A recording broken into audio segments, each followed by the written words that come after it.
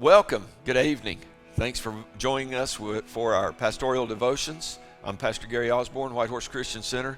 Got a great illustration for you today. I'm really excited about what the Lord showed us and really what we're going to talk about. It may take a couple of sessions to get through, kind of lay a foundation, just an introduction for you right now. I want to talk to you specifically about things that will keep you anchored to God during a pandemic. Look, there's no denying there's craziness going on all around us. The world's in confusion, the world's in chaos, the world's in fear. We don't know what to believe. One week they tell us to wear a mask, the next week they tell us the masks don't do anything. They tell us to wear gloves, they tell us to social distance, and they say that doesn't work. Herd immunity, blah, blah, blah, blah, blah, blah, blah. But one thing we know for sure is Jesus is our hope. He is our salvation. He is really what anchors us. So I want to talk to you, and I've got 6 or 7 scriptures, different ideas that we'll get to later. But as I was preparing for this morning and thinking about a good way to illustrate this, just a way that I could show you in just regular terms how we stay connected to God, I thought about this illustration, so I just want to show you how an anchor actually works. Now I have with me this morning, or this afternoon, an anchor, and this is a very small anchor. It's made up of several different parts, and a lot of people really don't understand exactly how an anchor works. You could use an anchor like this that would just drag. Basically, it's just a weight. It's important to know that Jesus as our anchor attaches us, and we have to be attached properly. He never burdens us down. He never weights us down. We will get in storms of life and sometimes feel like we need to get rid of some excess baggage so we can float better, just like Paul did in his journeys. They had to throw things overboard. A lot of times in life we have to throw things overboard. This anchor is a specific kind of anchor. There's several ones that work different ways. This one right here opens up, and when it opens up it comes out with 4 separate claws. These claws are actually what anchors you and what digs into the bottom and keeps your boat from drifting away. In God we have to have 4 different things. Those things are worship, prayer, fasting, and a devotional life that ties you into the Word. These are things that without this, you will float completely away from God. So before we can talk about what keeps you anchored, we have to talk about how you get anchored.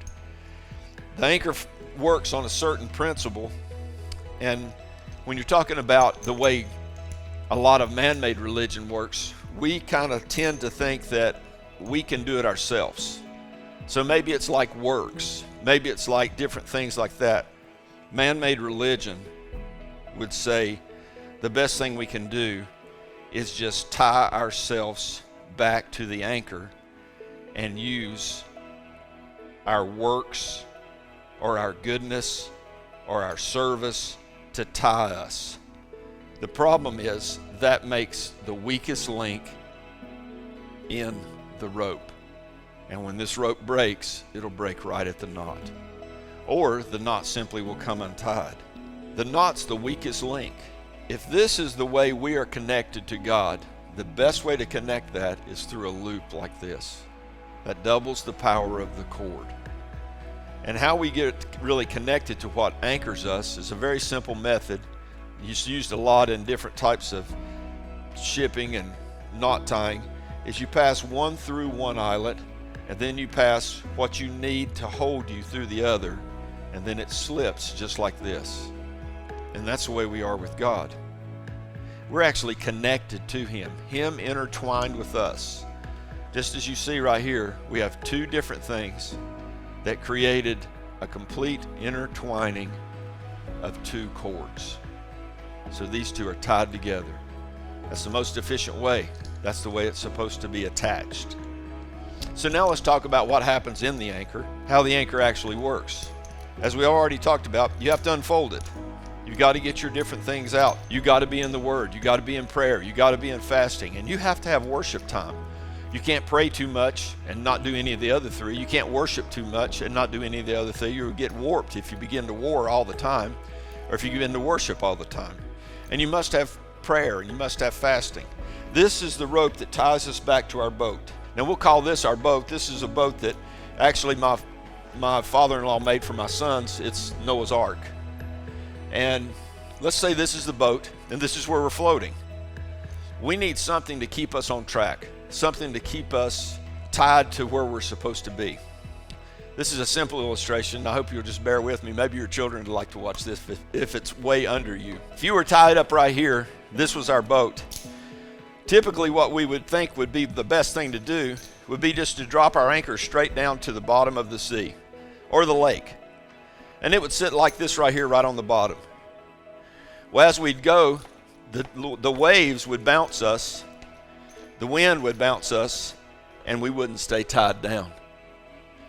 So in typical terms, as far as boating goes, if you have 1 foot down, you need to be 3 foot out away from where you drop your anchor. When you drop it like this, closed up, without the 4 prongs, and the boat begins to move, you just drag the anchor with you. And you're not secured. You're not locked in. Too much of the church is not locked in right now. We lock in to the things of God by opening up these 4 things: prayer, worship, fasting, and time in the Word through devotion. Then it digs in and it secures us to the bottom. And a lot of times what a good skipper would do is he would drop his anchor where he wanted to be tethered to, and then he would simply back the boat up and slide it back. And this is what happens. You tie it off, then the wind blows or the current blows, and the boat can move all the way around. It creates a tethering.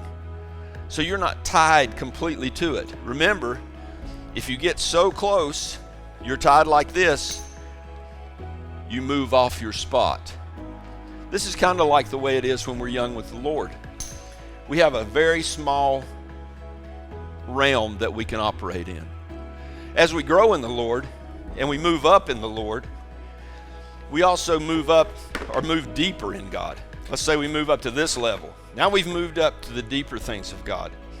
Where we were will no longer hold us. Where the anchor was then no longer will hold us. It's too close, and the anchor will drag just like it's dragging right there. So we have to extend out how far we can go. We simply have to move the anchor out further. Now, as we mature in God, we have a greater sphere of influence. We have more places we can go. And when winds come and adversities come, just like this virus, and it begins to blow you around, then you can handle it because you're anchored and you're tied down. Then as you grow in God and you get even deeper in God, you move up even higher in the things of the Lord. Or as in this case, deeper in the things of the Lord.